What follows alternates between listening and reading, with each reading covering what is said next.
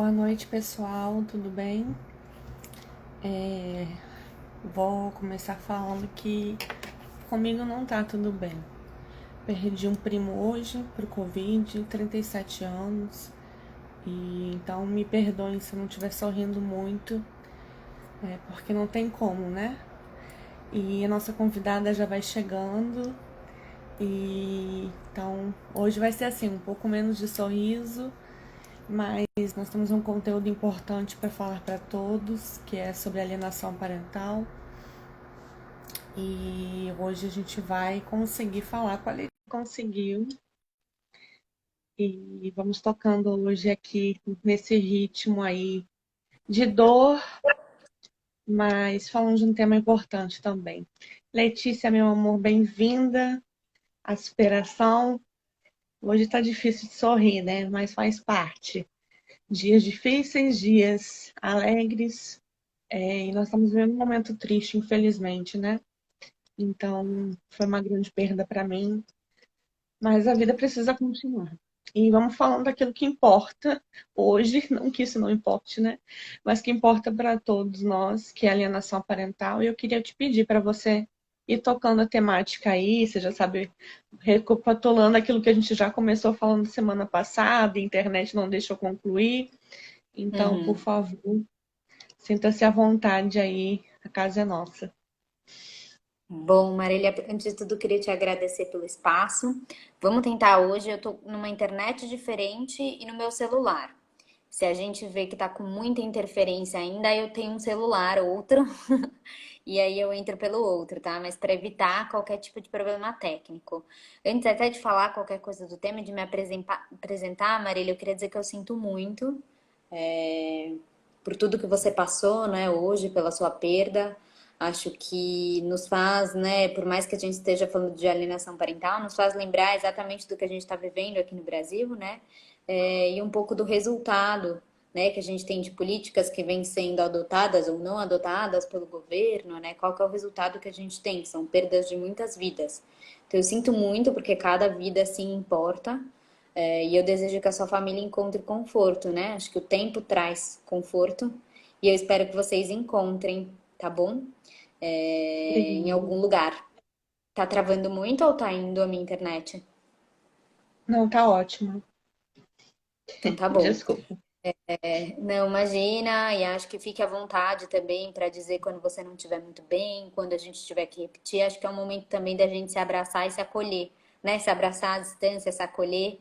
Acho que esse também é um pouco o nosso papel. Então, eu espero que você saia da live um pouco mais animada, com a cabeça um pouco refrescada de outro tema, porque eu imagino que você ficou o dia inteiro pensando nisso, né? Vamos E mudar de pensando, assunto, porque né, senão eu não em vou parar. todas.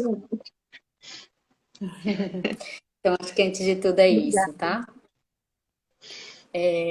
Bom, eu vou me apresentar rapidamente, né? Dizer que eu sou Letícia, um pouco do lugar que eu falo, porque eu acho que aí a gente consegue entender um pouco das minhas colocações, que vem tanto com base, obviamente, científica, de mulheres que vêm produzindo sobre essa temática da alienação, mas que também vem numa experiência, né, vivencial, do que eu ando enfrentando nos casos em que eu atuo. Então, eu sou advogada, eu atuei um tempo em um serviço de atendimento a mulheres em situação de violência que chama Centro de Convivência e Defesa da Mulher. Não sei se todos sabem, mas ele é 114 15 na cidade de São Paulo, perdão. E são todos serviços da política pública municipal de atendimento a mulheres em situação de violência. Disse isso só para saber de onde eu venho. Atualmente, eu atuo no coletivo feminista Sexualidade e Saúde, tá bom? Com o tema de direitos sexuais e reprodutivos. E também atuo em um escritório na parte de atendimento gratuito a mulheres em situação de violência. A minha experiência com a alienação parental, ela vem desse lugar, do atendimento de mulheres que estavam ou passaram por situações de violência com seus ex-companheiros ou até companheiros atuais e que traziam a temática da alienação parental como parte desse cenário da violência. Vem desse lugar, tá? A minha experiência é de onde a gente vai falar. Então, eu queria te perguntar, Marília, por onde você acha que a gente começa? Se a gente começa do mesmo ponto de partida de antes? Começamos do mesmo, porque como a gente não salvou também, né? Eu acho que é importante recapitular, porque A gente vai deixar esse material salvo também, mesmo recheado de lágrimas, né? Mas a gente vai deixar salvo para que a gente possa deixar esse legado aí também para as próximas pessoas que precisarem dessa temática e compreender. Então, a gente vai trabalhando. Vamos partir da premissa da. Vamos tentar resumir para poder caber, né, na live de 1 hora. Mas vamos começar pela premissa, né, da surgimento da lei dos Estados Unidos, aquela coisa toda que a gente falou na live passada. Gente, se vocês não sabem, a internet falhou muito sexta-feira passada e por isso a gente adiou para hoje. Mesmo hoje, eu estando em luto, eu preferi manter justamente para não ter que remarcar novamente. Enfim, então, obrigada por todos vocês que estão aqui, obrigada pelo carinho e a gente vai seguindo aí juntas e juntos em prol de uma sociedade melhor para todos a partir de nós. Um beijo. Vai, Letícia, toca aí. Vamos lá. Bom, acho que, antes de tudo, acho que antes mesmo de entrar no projeto de lei, a gente só pode dizer que é importante a gente ter uma premissa quando a gente pensa, né, na aplicação do direito. E me ajuda também, viu, Marília, se eu falar muito juridiquês. Que às vezes a gente só fica falando entre nós e acaba tornando as coisas, né? Como você já tem prática de live, seu canal é super movimentado, então você já sabe ali como traduzir melhor. Então fique à vontade para me frear, intervir e tal, para a gente repensar. Mas acho que uma premissa que a gente falou brevemente na outra live, acho que a gente pode trazer só como um ponto de partida, é de que as leis, ainda que pretensamente neutras, têm impactos diferentes para diferentes setores da população.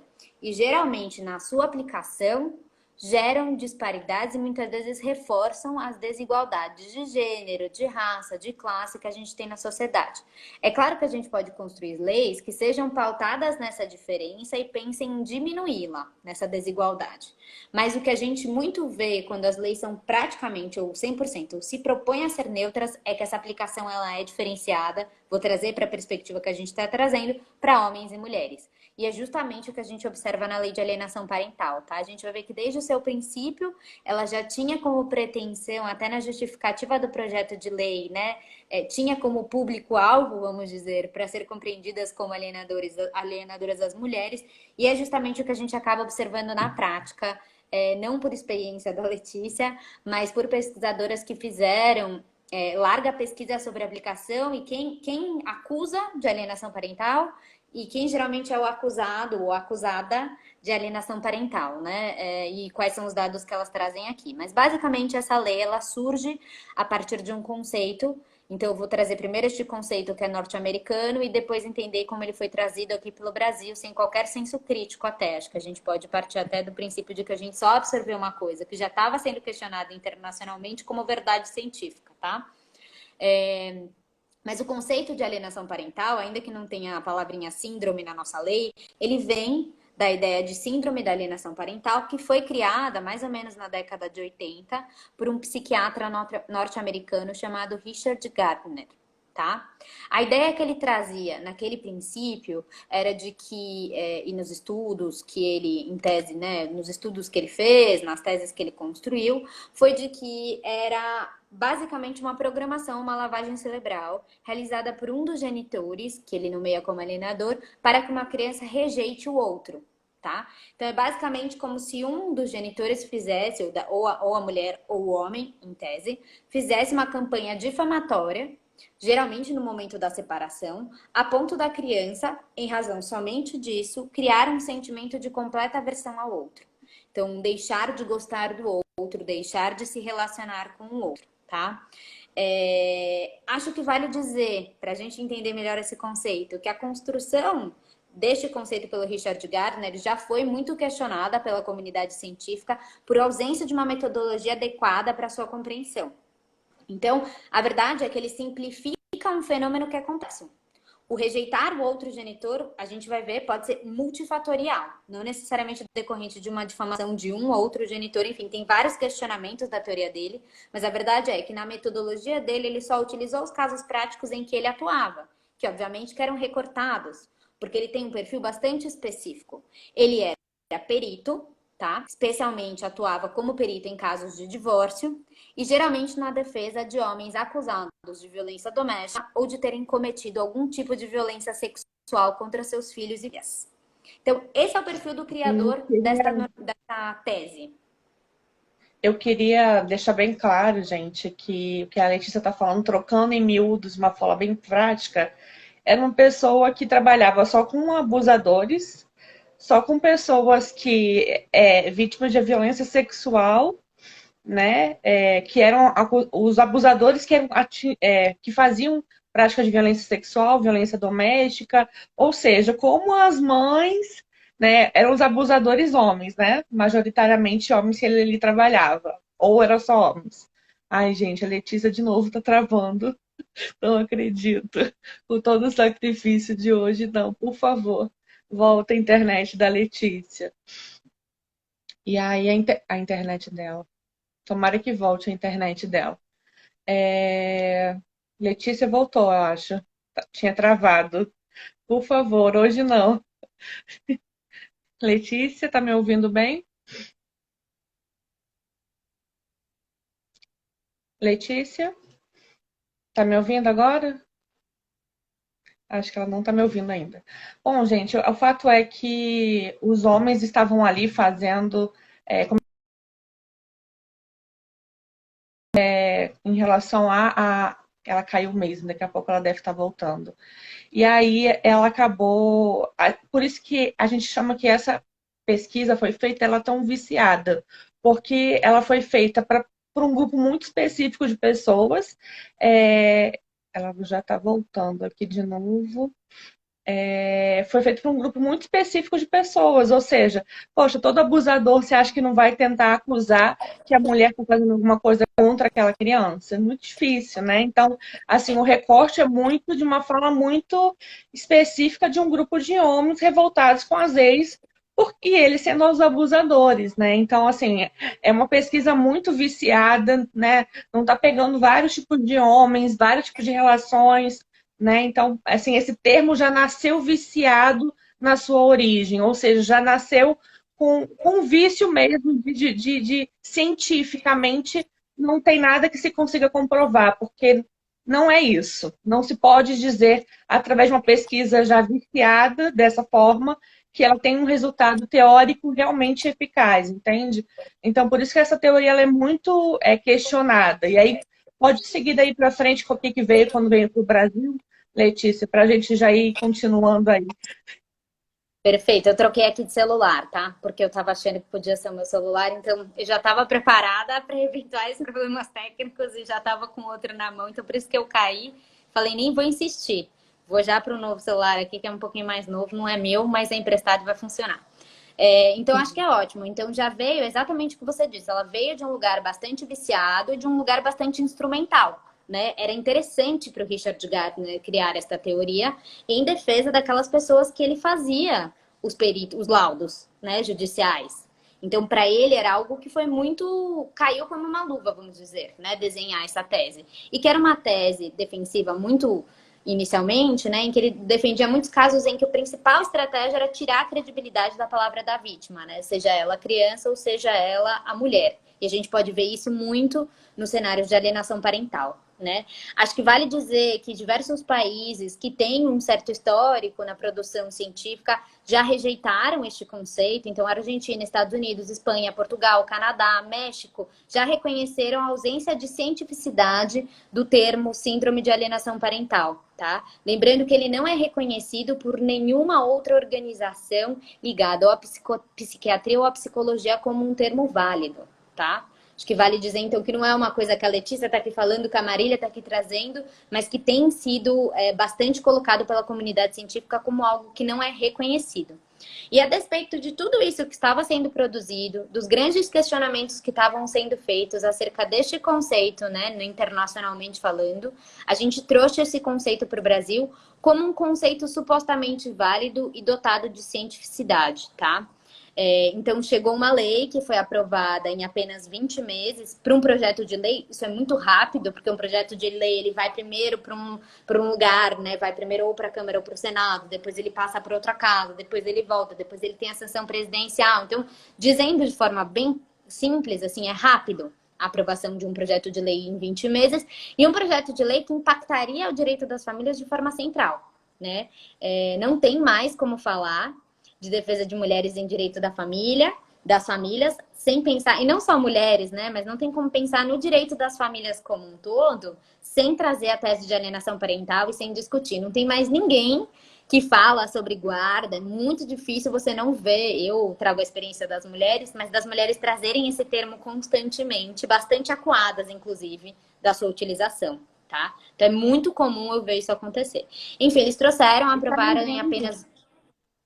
Só lembrando, Oi? Letícia, que a Lei Maria da Penha surgiu e 2 anos depois, ou seja, né, o tempo desses 20 meses aí, a gente tem a aprovação da alienação parental. Então, essa é muito como uma revanche de um atendimento às vítimas de violência, né? Os homens se sentiram acuados, oprimidos, né, na sua masculinidade, nos seus abusos por conta da Lei Maria da Penha, e de repente a gente tem uma lei que tenta revidar, né, esse sentido. É por isso que a gente acredita que, até pela sua formação, por todas as pesquisas, por não ser admitido em nenhum outro lugar, somente aqui no Brasil, né? Então, a gente tem que repensar realmente um pouco mais. Só que a gente também não vai dizer aqui que a lei não existe, que a gente não tem que obedecer, porque, infelizmente, está em vigor, né? Então, pode continuar, Letícia, falando, mas eu queria só pontuar essa questão do revanche, que a Lei Maria da Penha surgiu e mais um tempinho depois surgiu essa questão dessa lei da alienação parental. Acho que é excelente a sua colocação, né? A gente lê historicamente muito como um contramovimento às proteções que foram dadas a partir da aprovação da Lei Maria da Penha, né? Então você vê a utilização da lei de alienação parental e da acusação, da falsa acusação de alienação parental, como sim uma manutenção de instrumento de controle. E depois acho que a gente vai poder aprofundar por que isso perpetua a violência doméstica, né? Por que é mais um instrumento que perpetua a violência doméstica, assim como, me arrisco a dizer, a guarda compartilhada quando mal aplicada, tá? Não é que a gente defende que a gente não tem que questionar a divisão sexual do trabalho, ou seja, que as mulheres assumam o cuidado do lar e que os homens assumam a tarefa pública de casa, fora de casa. Não é isso, tá? Mas é que a guarda compartilhada também está dentro desse contexto bastante questionador e utilizada como um instrumento de manutenção da violência contra as mulheres. E não tem como pensar na aprovação de alienação parental, da lei de alienação parental, fora desse contexto. Acho que vale dizer só 2 pontos, né? De que teve pouca discussão do projeto de lei, então apenas uma audiência pública, em que não teve participação de organizações de defesa de direitos das mulheres, que acabaram sendo as mais afetadas, por óbvio. Não teve participação de organizações que pensam a promoção e defesa de direitos da criança, que era a principal protegida a partir da aprovação da lei, né? E também de associações, por exemplo, de psiquiatria, de conselhos de classe. O único que participou foi o Conselho Federal de participou, né? Foi o Conselho Federal de Psicologia, e este conselho se posicionou de forma contrária à aprovação da lei, tá? Na audiência pública. Então acho que já é importante dizer. O projeto foi desenhado e o termo foi muito trazido para o Brasil, acho que é importante só trazer este último detalhe, pela Associação de Pais Separados, que é a APASSE, tá? E quando eu digo pais separados, não são pais e mães, não estou usando plural como universal masculino, tá? Mas é mesmo uma associação majoritariamente composta por homens. E ele vem deste lugar político, que explica muito do porquê que ele é aplicado dessa forma, né? Acho que até vale dizer que a própria aplicação diferenciada, ela está no começo do projeto de lei, né? Na justificativa do projeto de lei. Então, todo projeto de lei, quando ele é aprovado, quando ele é primeiro desenhado, ele tem uma certa justificativa que tenta defendê-lo, tá? Para os lugares onde ele vai ser aprovado, para as comissões onde ele vai ter que passar por aprovação, só para explicar de forma mais simples. E na própria justificativa, a gente tem já, e aí acho que depois, não sei, dado o nosso prazo, o nosso tempo, eu fico com um pouco de medo de ler ele inteiro, mas acho que vale ler um trechinho, porque ele já mostra ali que ele já estava entendendo as mulheres como alienadoras e já estava entendendo a alienação parental como fruto da ausência de superação das mulheres do processo de separação.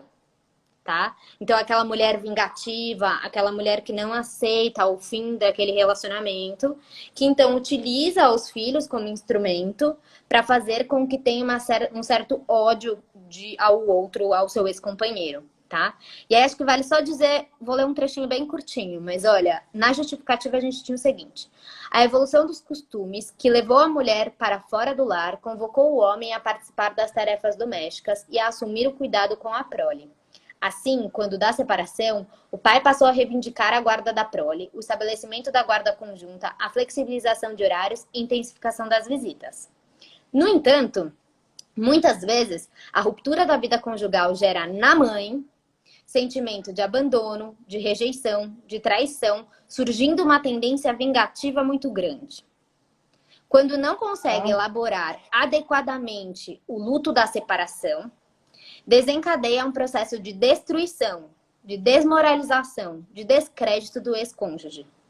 Ao ver o interesse do pai em preservar a convivência com o filho, quer vingar-se, afastar este do genitor. Para isso, cria uma série de situações visando dificultar ao máximo ou impedir a visitação. Leva o filho a rejeitar o pai, a odiá-lo. A este processo, o psiquiatra americano Richard Gardner nominou de síndrome de alienação parental. Programar uma criança para que odeie o genitor sem qualquer justificativa. Trata-se de verdadeira campanha para desmoralizar o genitor. O filho é utilizado como instrumento de agressividade direcionada ao parceiro. A mãe monitora o tempo do filho com o outro genitor e também os seus sentimentos para com ele. A criança, que ama o seu genitor, é levada a afastar-se dele, que também a ama. Então, eu acho que logo na justificativa a gente já vê que já naquele momento de criação da lei, se entendia que a alienadora seria a genitora, a mulher. Né? Nem gosto de chamar a mulher-mãe. E que ela estaria fazendo isso movida por um sentimento de vingança originado a partir da separação não superada por ela. Né?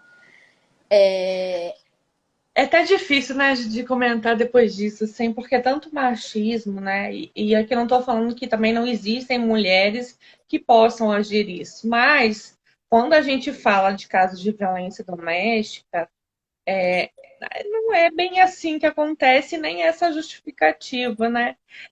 Enfim, vamos seguindo em frente, porque tem muita coisa ainda para a gente falar. Eu acho que a gente vai poder fechar com chavinha de ouro no final para dizer que a gente não está defendendo que práticas abusivas relacionadas a questões que a gente está nomeando, que nomearam como alienação parental, não existam, não sejam praticadas, tá? A gente vai poder trazer isso um pouco para o complexo, mas negar o termo que é utilizado de forma instrumental para manutenção de violências é preciso. A gente pode condenar essas práticas abusivas a partir de outro viés, tá? Então, acho que eu vou terminar um pouco trazendo isso para não parecer também que a gente está dizendo que nenhuma mulher pode ter esse comportamento. Mas acho que também a gente tem que olhar para fora do caso individual e olhar para a estrutura. O que coletivamente acontece, né? Só estou trazendo isso porque, por exemplo, dados de violência doméstica. Tem-se que as mulheres majoritariamente são violentadas por homens no ambiente doméstico. Ah, mas eu conheço um fulano que apanhava da mulher também.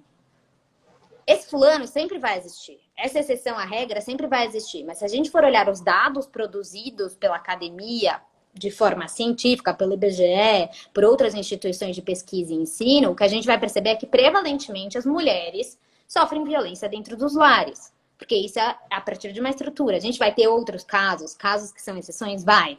Né? Mas acho que quando a gente vai problematizar um conceito, um instituto, uma lei, a gente tem que olhar para como ele é aplicado em geral. Né? Em estrutura. Que desigualdades que ele pode sustentar ou combater. A quem esta lei protege ou não protege? Né? Será que ela cumpre com a finalidade inicial dela? Que era proteger crianças?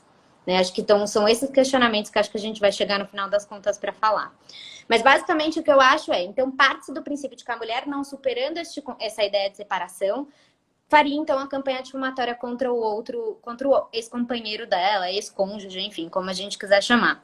Só que o que a gente tem de dados é que, na verdade, na prática, as mulheres morrem tentando se separar, né? Acho que quando a gente atende mulheres em situação de violência, não sei se todo mundo sabe, mas uma das primeiras coisas que a gente faz é aplicar uma análise de risco. Entender qual o risco a que está exposta essa mulher. E essa mulher está em maior risco, e essas análises de risco são construídas com base também em estudos, em parâmetros internacionais de análise de risco para mulheres em situação de violência. É a partir daí que a gente desenha o atendimento, tá? Mas um dos fatores de maior risco para as mulheres é o momento da separação, que não é aceita pelo cônjuge homem e que chega ao ponto de matar essa mulher para manter, para que ela não fique. É muito comum, né? Não vai ficar comigo, não vai ficar com ninguém. Né? Então, será que essa ideia da mãe vingativa, da mãe que quer colocar o filho contra o pai, é realmente o padrão? Ou a gente tem, na verdade, homens que não superaram algum tipo de separação, né? E que às vezes utilizam da violência como manutenção dessa relação, né? Acho que vale a pena a gente pensar um pouco a partir desse prisma. De será que essas afirmações, que são muito baseadas em estereótipos de gênero, é muito comum a gente ver na TV essa mulher vingativa, né? Eu mesma sempre, eu gosto de novela ultimamente, ando vendo novela, vejo bastante Amor de Mãe e tal. E eu gosto porque eu ultimamente ando filme e novela assim, eu olho muito para os estereótipos que são criados para as mulheres e sempre tem a mulher vingativa. Sempre tem a mulher que não conseguiu superar o relacionamento, que quer destruir com a vida daquele pobre homem que colocou um fim daquele relacionamento, né?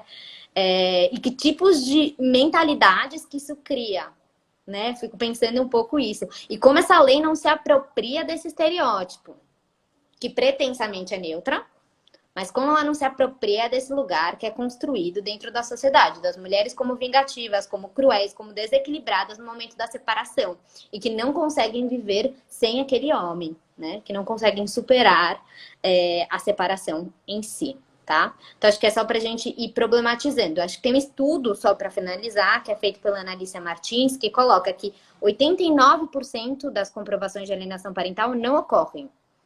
Então, elas são meras, não são comprovadas como ocorrência de alienação parental nos processos, tá? E que a grande maioria das acusações é feitas por homens, colocando as mulheres dentro desse estereótipo de alienadora. Ela acho que analisou processos de 3 tribunais, eu sei que o de São Paulo tá dentre eles, porque eu sou de São Paulo, então eu acabo fazendo às vezes esse recorte para entender como pensam os juízes nos meus casos, mas só para entender que é numericamente comprovado que é uma tese utilizada por homens contra mulheres. Vão ter exceções? Vão ter casos em que não. As mulheres que estão fazendo uso dessa acusação, algo que eu não recomendo, não faço nos meus casos, porque eu não acredito nem na constitucionalidade dessa lei, mas existem casos assim, mas a gente sabe que majoritariamente não é. Até porque são as mulheres, em razão da divisão sexual do trabalho, que permanecem com os cuidados de seus filhos, querendo ou não, tá? Na maioria das vezes não querendo, na maioria das vezes torcendo para ter divisão igualitária de trabalho, né? Não quer ficar acumulando dupla jornada de trabalho. Não quer ser a única e exclusiva responsável pelos cuidados dos filhos e filhas. Muitas das vezes. Né? E a gente não tem essa figura, tem um genitor que quer ser o pai ali do final de semana e que qualquer passo que aquela mulher dá em falso já acusa de alienação parental. Que está saindo da norma que eu criei para o estabelecimento da nossa relação mesmo após a separação. Né? O que eu mais atendo são mulheres acuadas, que não sabem nem o que fazer com medo de serem acusadas de alienação parental e de terem, por exemplo, uma reversão de guarda, tá? Essa é a justificativa até para estar fazendo essa live, porque eu confesso que eu já estou cansada dessa mesma pergunta. O que é alienação? O que eu posso fazer? O que eu não posso fazer? Então, acho que tendo dito tudo que a gente falou até aqui, a gente está pontuando de uma constitucionalidade, de uma questão até de que esse instituto nem deveria existir, juridicamente falando. Mas ele existe, está valendo. Então, a gente precisa trabalhar com o que a gente tem hoje. E aí eu gostei muito da pontuação da Letícia quando ela fala de que a mulher também não deveria usar esse instituto para provocar o homem. Porque se a gente entende que isso foi algo que não seria legalmente, que ele não existe nem psicologicamente reconhecido por nenhuma instituição de psicologia, por que alegar isso? Né? E aí a gente vai também tocar um pouco depois nisso, no ponto de vista de outra forma. Está acontecendo isso? Qual o instituto legal que a gente pode usar sem ser a alienação parental? Para que a gente possa caminhar para uma coerência também, né? Não adianta falar assim, mas a mulher pode alegar, o homem não. Então a gente não é guerra de sexos aqui. O que a gente quer é relações saudáveis entre ex-maridos e ex-mulheres, né? E aí quando a gente tem violência doméstica, esse saudável é quase um impossível, mas a gente precisa buscar, porque é uma relação que vai durar eternamente, infelizmente, né? Enquanto perdurar a existência do filho, essa relação vai continuar existindo em alguma certa medida, né? Então, mas vamos continuar. Eu queria que você explicasse hoje, então, o que a gente pode orientar para essas mulheres acuadas, o que pode, o que não pode, o que se recomenda, o que não se recomenda, enfim. Fica à vontade. Tá, bom, vamos lá. Acho que primeiro, você acha, Marília, que ficou claro o conceito ou você quer que eu dê uma lidinha na lei? Eu até separei o artigo aqui.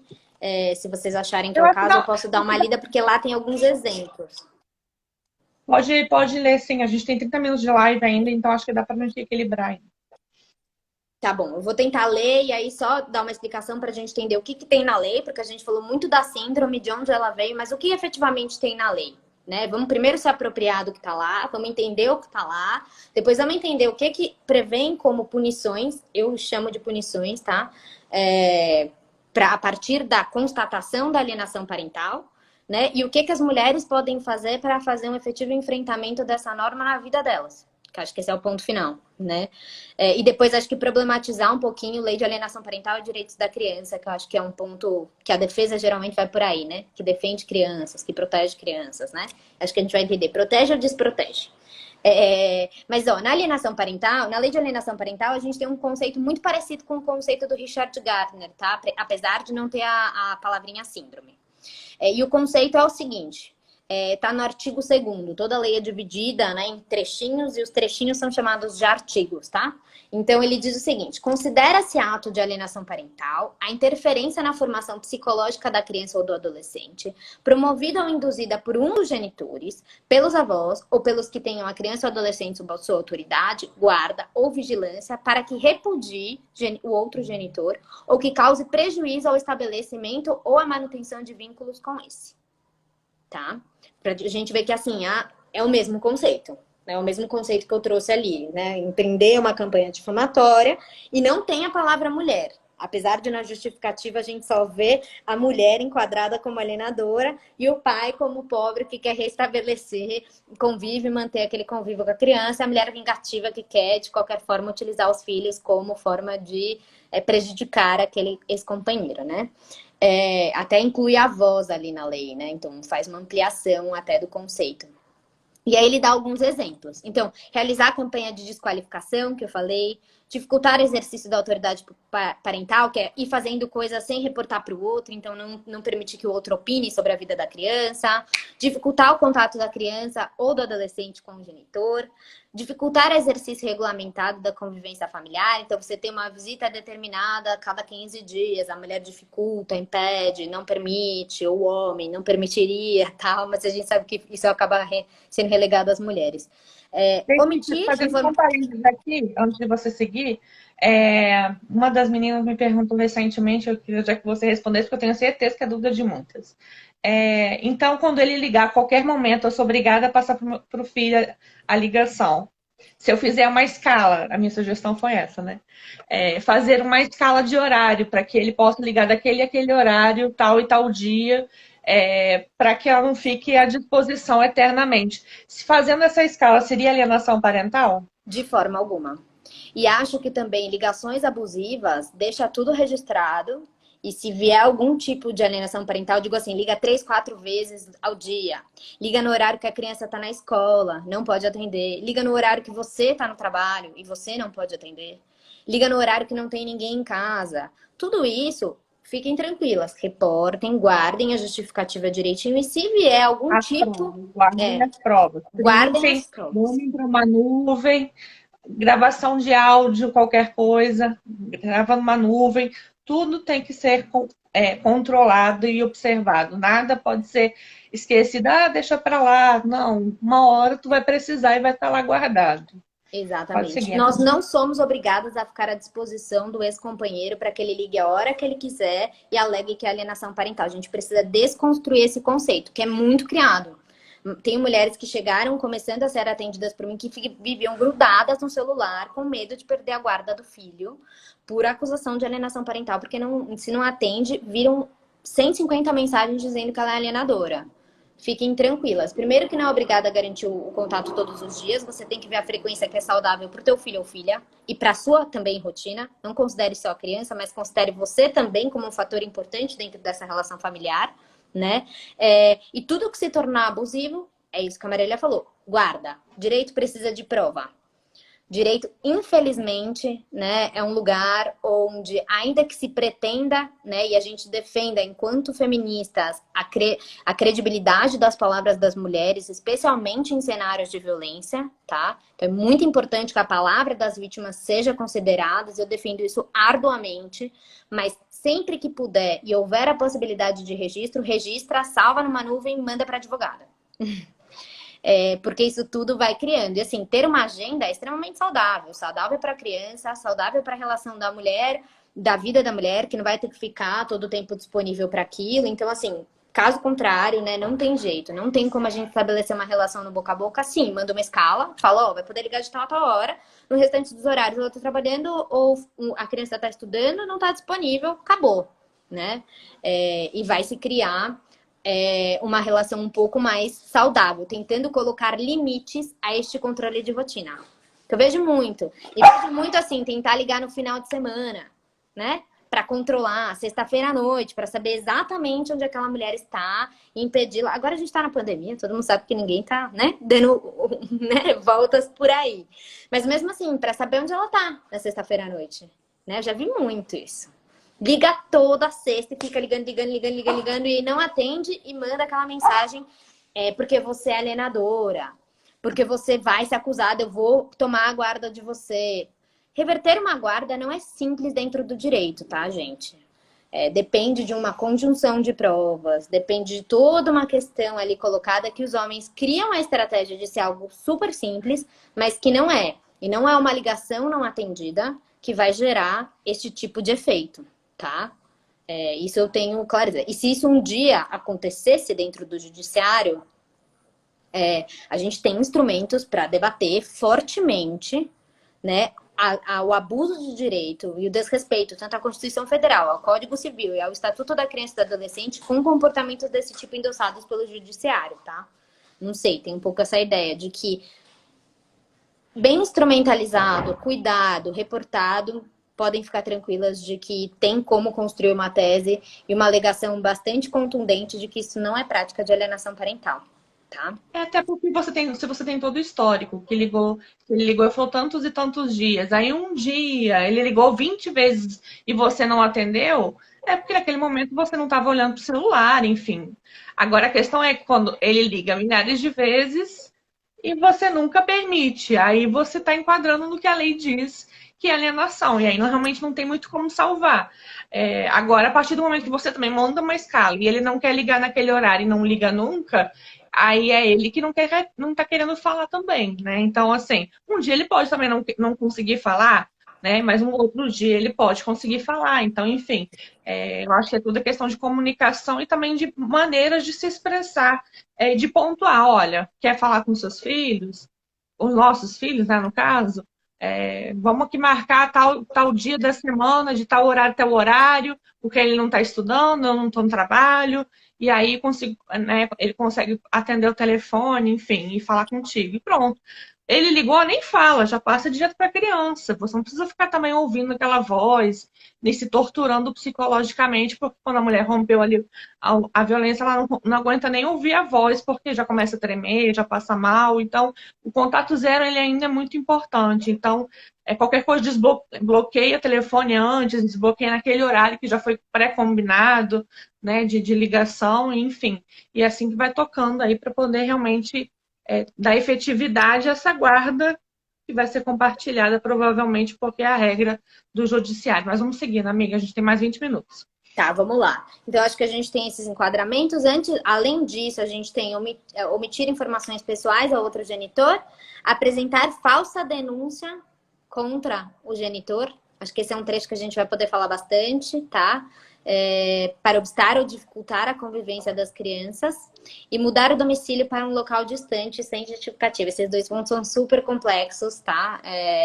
Especialmente para mulheres em situação de violência, que às vezes precisam ir até para abrigos sigilosos para garantir sua segurança. Isso não é alienação parental, Proteger-se contra a violência realizada pelo seu ex-companheiro não é uma forma de alienação parental, de forma alguma a gente vai ter que compreender isso, e a gente tem que trazer isso de forma complexa para o judiciário, que está querendo simplificar, fez isso, alienação parental, fez aquilo, alienação parental, mas o que a gente faz também enquanto advogadas e orientando também as mulheres que a gente atende é dizer, opa, existe um mundo complexo aqui desse núcleo familiar, que é marcado por violência. E às vezes a criança rejeita outro genitor mesmo, tá? Mas eu já vi crianças que presenciaram mais de uma violência cometida contra a mãe delas. Será que essa criança não vai ter algum tipo de aversão contra o seu genitor? Isso é uma pergunta que a gente tem que fazer frequentemente. Assim, eu tenho um caso realmente que é exatamente isso. Ela chegou a ver o cara apontar uma arma para a mulher que o Eu também atende. tenho caso assim. Na E frente ela dos não filhos, gosta. o pai coloca a arma na frente da cabeça da mãe e até das crianças depois. Aí conseguiu guardar na Perfeito. lateral. É Mas isso. aí é supervisionada, etc. E depois também com o tempo vai caindo. E aí daqui a pouco ele tem que ser reinserido novamente. E aí as crianças também não querem, mas também não querem. Mas por que que o papai fez isso, né? Enfim, é muito difícil lidar com crianças, né, que são inocentes e que estão vivendo relacionamentos abusivos que não eram para estar vendo, né? Não eram para estar ali existindo. Mas ainda o direito de família ainda precisa ser mais chacoalhado para compreender essa dinâmica. As leis já estão começando a endurecer, a Câmara já até aprovou aí a questão da lei da Mariana Ferrer, né? Então, temos que o Senado e o presidente sancionem, né? Essa nossa desejo no coração. Enfim, a gente ainda tem muito para avançar para que efetivamente a justiça não revitimize a vítima, né? Mas, como a gente está falando, a gente tem que tomar algumas precauções, porque a lei existe e a gente precisa obedecer à lei que está existindo. A gente não tem como fingir que ela não existe, né? Por mais que ela tenha vícios, por mais que dê para questionar, a gente tem que tomar cuidado para que a gente possa se resguardar e ter uma boa relação, possível boa relação, né? Digamos assim, boa é meio difícil, mas para a gente conseguir realmente avançar aí para que seja menos ofensivo para as crianças, porque esse é o objetivo no final, né? As crianças e não os pais em si. Os pais já está sendo resolvido na vara de violência doméstica, no juizado de violência doméstica. Não e eu acho que tem toda uma complexidade. Acho que também o direito das famílias deveria olhar para o núcleo familiar como um todo, né? Como que a gente compatibiliza direitos, gente? Eu acho que a gente não precisa criar mãe versus crianças, ou protege um ou protege o outro. A gente constrói soluções jurídicas que sejam equilibradas e que partam do olhar e da observância desses dois lugares, né? Eu acho que a gente tem que parar com essa dicotomia, né? Mas é importante que as mulheres se apropriem do discurso de alienação parental, entendam que eles são aplicados majoritariamente para mulheres, que são um instrumento de manipulação e controle, muitas vezes dentro das relações, para que elas consigam respirar e dizer, bom, calma, isso tudo, né, também é uma forma de violência, vou tentar entender, construir minhas estratégias, mandar uma mensagem com os horários, deixar tudo registrado por WhatsApp, né? Eu costumo dizer, às vezes esses combinados de ligação que não são gravadas são um pouco ruins para o direito. É melhor, às vezes, manda uma mensagem curta e grossa, explicando ali como que vai se dar a dinâmica. Ali vai estar claro que você está permitindo o convívio dentro dos limites que são importantes para você e para o seu filho, né? E aí você está livre dessa acusação de alienação parental, de todo esse cenário. Então, não é toda e qualquer ação que vira isso e que pode resultar nas drásticas consequências que são, né? Simplesmente declarar alienação parental, ampliar o regime de convívio com o outro, estipular multa, determinar acompanhamento psicológico, determinar, aí vem as partes mais graves e que são as mais conhecidas pelas mulheres e as mais utilizadas pelos homens, né? Que é determinar a alteração da guarda, né? Ou a sua inversão para guarda unilateral para compartilhada ou a sua inversão, que acho que é o maior artifício, né? Vou te acusar de alienador e você não vai poder mais conviver com o teu filho nunca mais vai poder ver, né?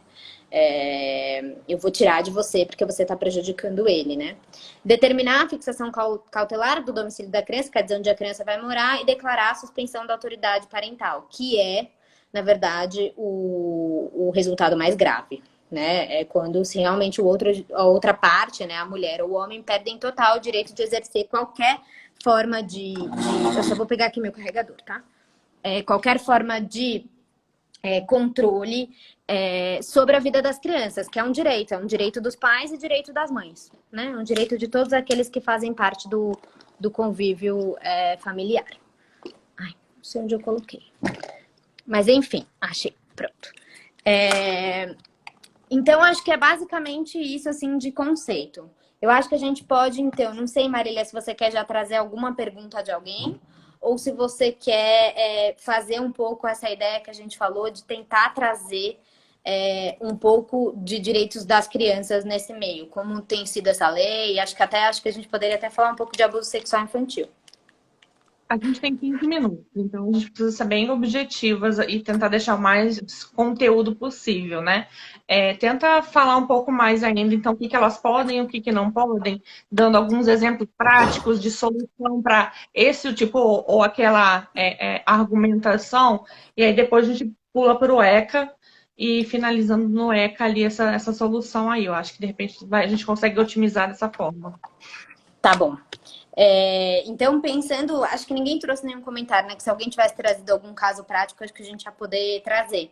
Mas eu acho que o caso mais comum a gente já abordou, que é a comunicação com o outro genitor, né? E regulamentação das visitas. Então, visitas tanto contato virtual ali, né? Pelo celular, quando quer falar, quanto também contato para retirada das crianças para visita. Uma pergunta aqui, Letícia. Ah, ótimo. Se ele fica 4 meses sem ligar para saber da criança, tenho que ligar para informar sobre atendimento médico, sendo a guarda da mãe? Naquela questão da participação, né, do filho, para saber como é que ele está, como é que não está, ela é obrigada a comunicar? Eu acho que depende Olha, não... muito o quê, né? depende muito do Uma atendimento consulta de médico. rotina. Uma consulta de rotina, ok. Agora, se ele está doente com uma gravidade, aí você precisa comunicar, né? Porque aí, Concordo. mesmo que ele não tenha falado nada, você precisa, porque amanhã ou depois você perdeu a chance dele conversar com a criança se acontecer alguma coisa, né? Eu não sei, eu penso dessa forma. Exatamente. Eu acho que é justamente isso, assim, avaliar que tipo de consulta médica. É claro que você não precisa reportar todo e qualquer médico. Vai na consulta do pediatra de rotina, gente, não precisa. O cara tá assumido, não assume as responsabilidades dele também. Não cabe à mãe, acho que se ele vier alegar, não estava sabendo dessas informações, bom, também nunca procurou, né? E acho que a gente pode trazer até provas de, olha, em tantos meses estão aqui minhas ligações telefônicas, nunca recebi uma ligação dele, um contato para saber se o filho estava bem ou não. Por isso não reportei as coisas mais comuns de rotina, né? Mas se a criança tem Filha uma com doença deficiência, grave, filha com deficiência e rotina diária de terapia.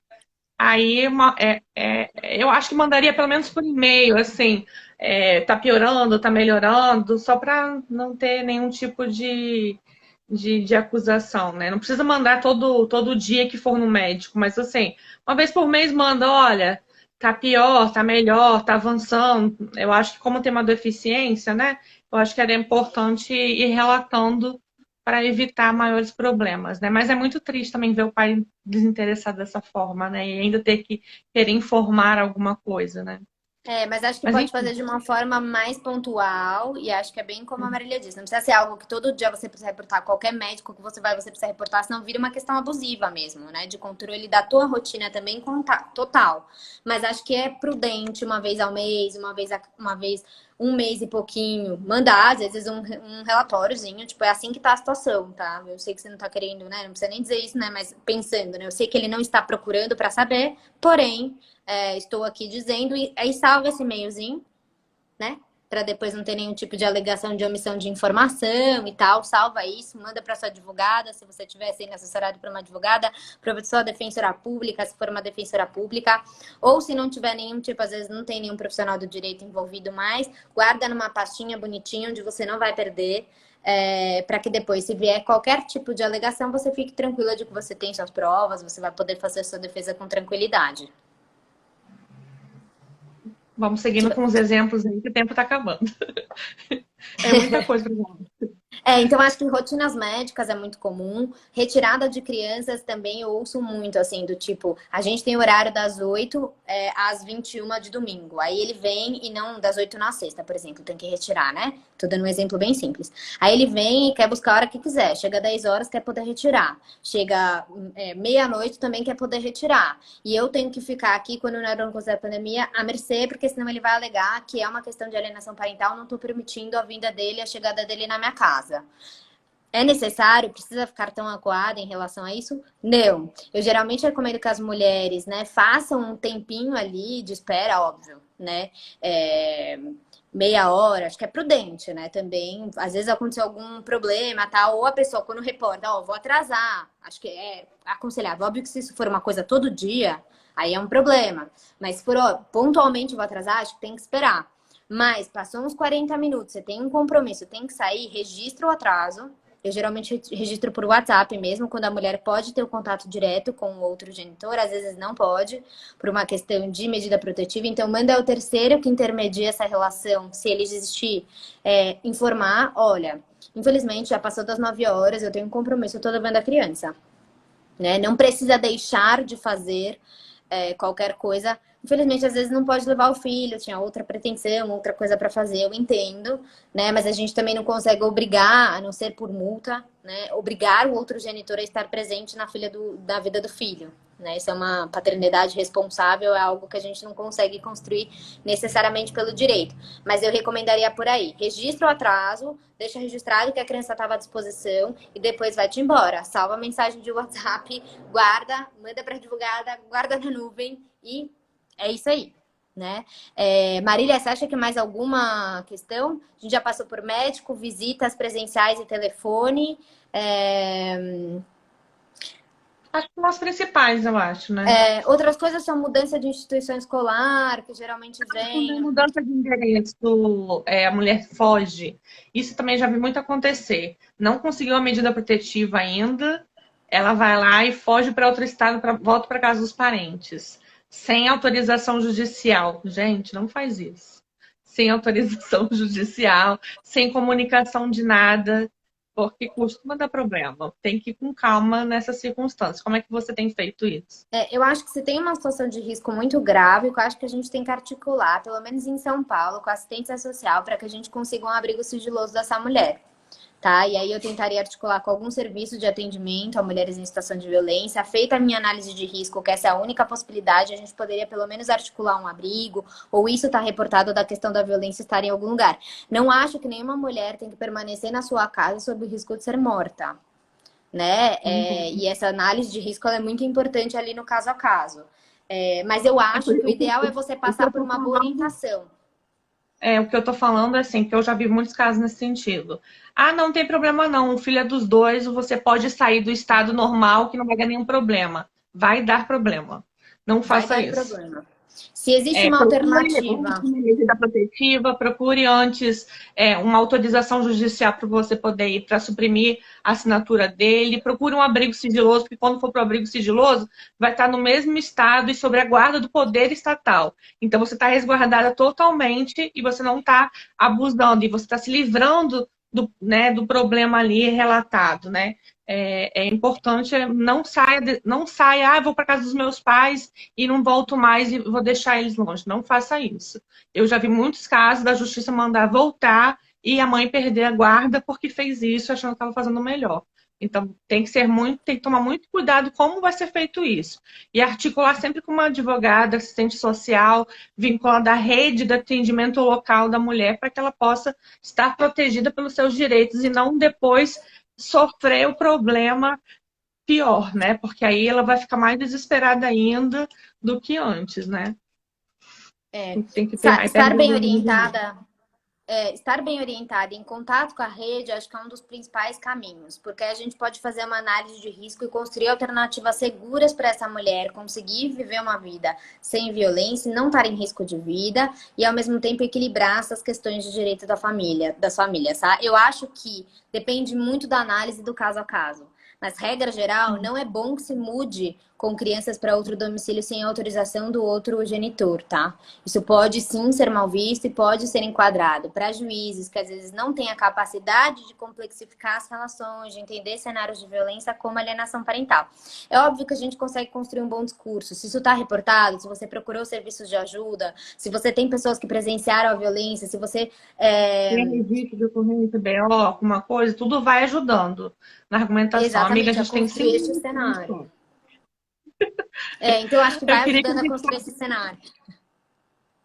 Eu queria que você falasse um pouco sobre a questão da argumentação que a gente pode utilizar, por exemplo, mas e quando é o homem, né? Ou quando for a mulher mesmo que é abusiva, que faz essas práticas, qual é a saída, então, jurídica melhor que a gente pode tentar aí aguentar? 5 minutinhos.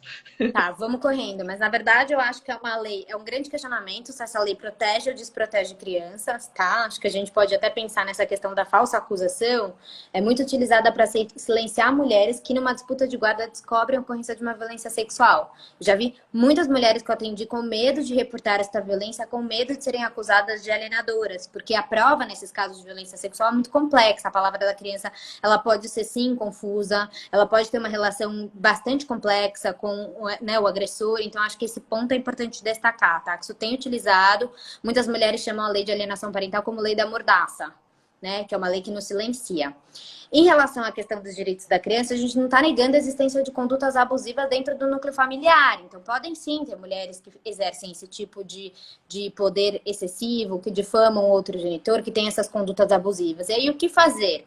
Eu, particularmente, por não acreditar no Instituto da Alienação Parental como um instituto constitucional e válido, faço uso de outras normativas. A gente já tem todo um conjunto de leis que protege, sim, o direito ao convívio familiar e direitos de crianças e adolescentes, né? Dentre eles, o Estatuto da Criança e do Adolescente, a Constituição Federal em si e o próprio Código Civil.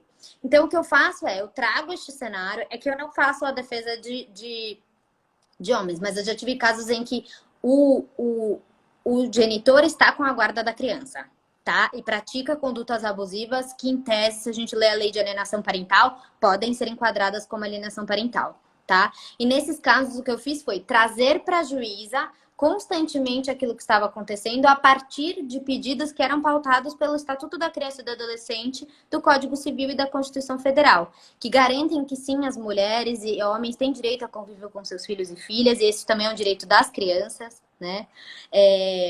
Que garantem que pais e mães têm sim direito de exercer influência sobre os rumos da vida dos filhos e ter acesso a informações de saúde e de educação. Então a gente tem caminhos alternativos que não seja a utilização de um instituto que é usado de forma bastante seletiva e que perpetua a violência contra mulheres e crianças, né? Então acho que o caminho que eu vejo é a gente fazer uso de todo esse arcabouço jurídico que a gente já tem. E que a gente não precisa lançar a mão da alienação parental como uma forma de simplificar os discursos e fazer uso de um instrumento que a gente sabe que é pautado, né? E utilizado por uma estrutura machista, né? Como forma de reproduzir as violências contra as mulheres. Então, eu vou um pouco por esse caminho, Marília. Não sei como tem sido sua experiência também. Mesma coisa aí, a gente está bem alinhadas, né? Eu fui bem. Os cursos que eu fiz me ajudaram bastante também a compreender tudo isso. No IBC Crim contigo também foi um prazer.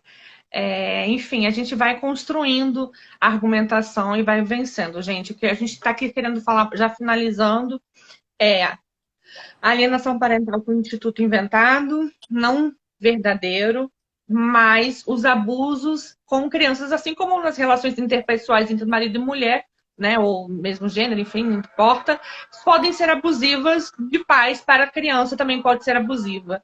E isso a própria lei do ECA, né, e a Constituição e o Código Civil, como a Letícia bem pontuou, já vem especificamente pontuando sobre cada um deles, do que pode ser feito, do que não pode ser feito e quais são as consequências disso.